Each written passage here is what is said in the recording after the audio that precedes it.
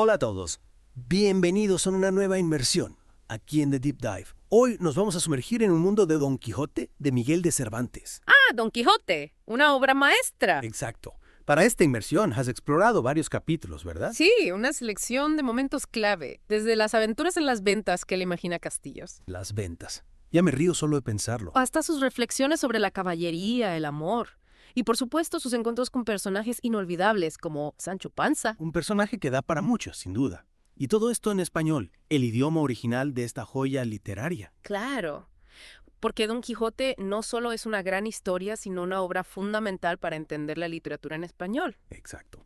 Y para ti que ya has leído estos fragmentos, nuestro objetivo es profundizar en algunos de los temas centrales, analizar a los personajes y por supuesto disfrutar del humor que lo caracteriza. Y entender por qué Don Quijote sigue siendo tan relevante hoy en día, siglos después de su publicación. Eso es. ¿Te parece si empezamos por la llegada de Don Quijote a la venta, que él confunde con un castillo? Me parece perfecto. Es una escena que nos presenta de inmediato el mundo de Don Quijote y su peculiar forma de ver la realidad. Ya desde el principio vemos esa disparidad entre lo que él percibe y lo que realmente es. Totalmente.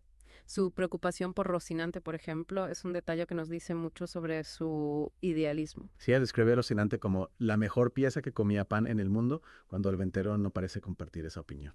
Claro, para el ventero, Rocinante es simplemente un caballo viejo y flaco. Y luego está la celada. Ah, sí, la famosa celada, que no se la quiere quitar ni para dormir. Imagina la escena. Un hombre en una venta con armadura y celada y atado con unas cintas verdes imposibles de desatar. Es una imagen que ya de por sí genera risa. Y es que Cervantes usa estos detalles para crear un humor muy particular.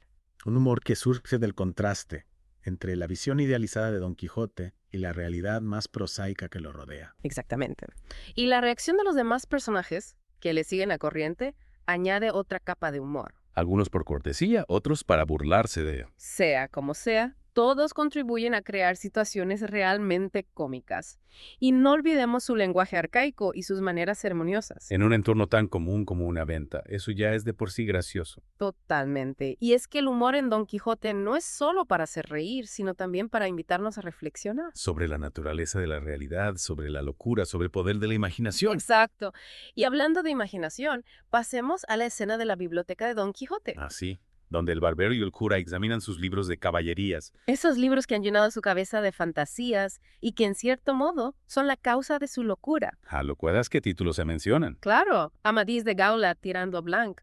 Obras muy populares en la época. Y el cura tiene opiniones muy firmes sobre cada uno de ellos. Sí, a veces las defiende, a veces las critica. Y utiliza criterios un tanto curiosos para decidir su destino. Algunos van al fuego, otros al destierro. Es como un juicio inquisitorial literario. En cierto modo, sí.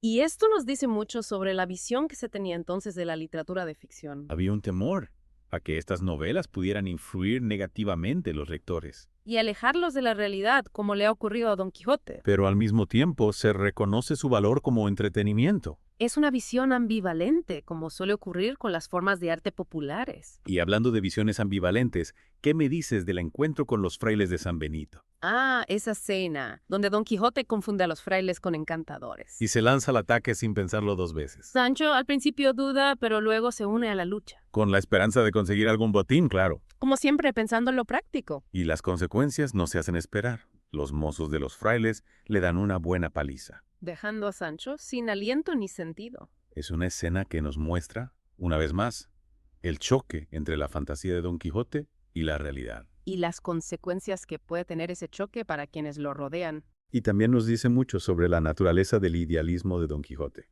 Un idealismo que choca con las realidades sociales y religiosas de su tiempo. Y que le lleva a actuar de forma impulsiva, sin pensar en las consecuencias.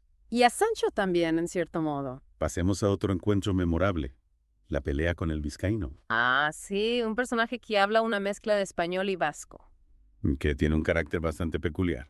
¿Recuerdas cómo empieza la pelea? Don Quijote defiende a una señora vizcaína, creyendo que está en peligro, Y el vizcaíno se lo toma como una ofensa personal. y se arma la marimorena. Pero lo más curioso es que Cervantes interrumpe la narración en el momento más álgido, Dejando la resolución en suspenso. con la famosa frase, Aquí deja pendiente el autor de esta grande historia, esta batalla. ¿Por qué crees que hace eso? Es un recurso narrativo que genera intriga y que al mismo tiempo juega con las convenciones del género. Las novelas de caballerías solían describir las batallas con todo lujo de detalles. Pero Cervantes rompe con esa tradición. Y nos deja con la duda de qué habrá pasado.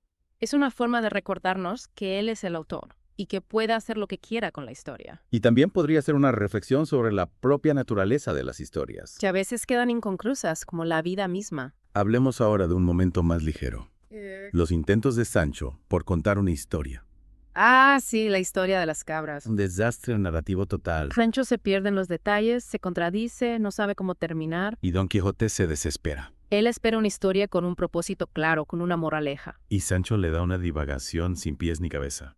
Es un contraste muy divertido entre dos formas de entender la narración, La de Don Quijote, más estructurada, más idealizada. y la de Sancho, más espontánea, más caótica. Dos visiones del mundo reflejadas en su forma de contar historias. Exactamente. Y en un momento de introspección, Don Quijote se compara con Roldán y Amadís. Dos grandes héroes de la literatura caballeresca. ¿Tú recuerdas qué diferencias destaca entre ellos?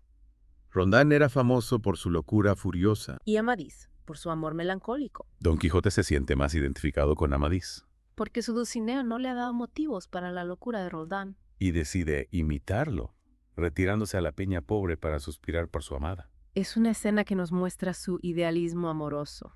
Aunque, como siempre, hay un toque de humor. Sí, cuando se fabrica un rosario con su camisa, por ejemplo.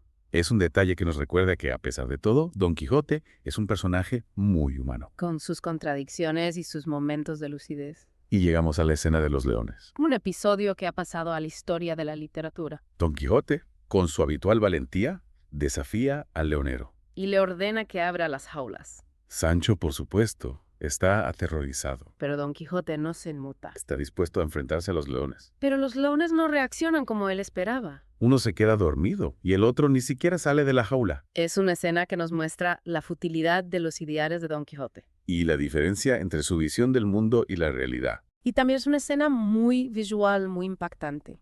Cervantes era un maestro a la hora de crear imágenes memorables. Y de jugar con el contraste entre lo heroico y lo ridículo. Hacia el final de la obra, Don Quijote da consejos a Sancho, que va a ser gobernador de una ínsula. Unos consejos que sorprenden por su sensatez. Le habla de la importancia de la limpieza, la modestia, la justicia, Valores que él mismo no siempre practica. pero que reconoce como importantes para un buen gobierno. Es como si en ese momento la locura de Don Quijote se apaciguara. Y aflorara su sabiduría. Una sabiduría que, sin embargo, no siempre es capaz de aplicar en su propia vida. Y finalmente, llegamos a las reflexiones de Don Quijote después de su derrota ante el Caballero de la Blanca Luna, Una derrota que lo obliga a abandonar la caballería. al menos durante un tiempo. ¿Crees que abandona por completo sus ideales? No lo sé. Propone vivir como pastor, pero ¿Es una renuncia real o una forma de seguir soñando? es una pregunta que nos deja Cervantes. Y que cada lector debe responder por sí mismo. Don Quijote es una obra llena de preguntas sin respuesta. Y eso es parte de su grandeza. Nos invita a reflexionar, cuestionarnos, a interpretar. Y a disfrutar de su lenguaje, de su humor, de su riqueza. Una obra maestra que sigue viva siglos después de su creación, Y que nos sigue enseñando sobre la condición humana, sobre la locura y la cordura, sobre la realidad y la ficción. sobre los sueños y la vida. Y con esto creo que hemos llegado al final de nuestra inmersión en Don Quijote.